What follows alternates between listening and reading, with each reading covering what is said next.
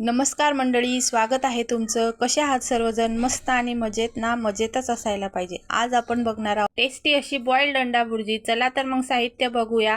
इथे मी मोहरी, मिरची घेतली आहे, हिरवी कोथिंबीर, कांदा, टमाटर, काही सुके मसाले घेतले आहेत जसे की लाल तिखट, हळद, धन्याची पावडर, काळा कांदा, लसूण मसाला आणि मीठ आणि 3 बॉइल अंडे घेतले आहे आणि 2 साधे अंडे घेतले आहेत. बॉइल अंड्यांना कापून घेतला आहे.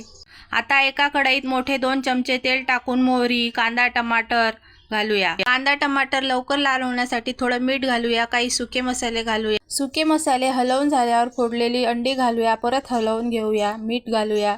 मीठ घातल्यावर कापलेला बॉइल अंड घालूया.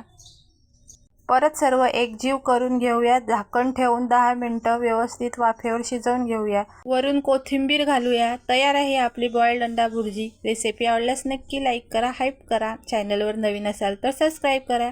भेटूया लवकरच नवीन रेसिपी सोबत. तोपर्यंत बाय बाय.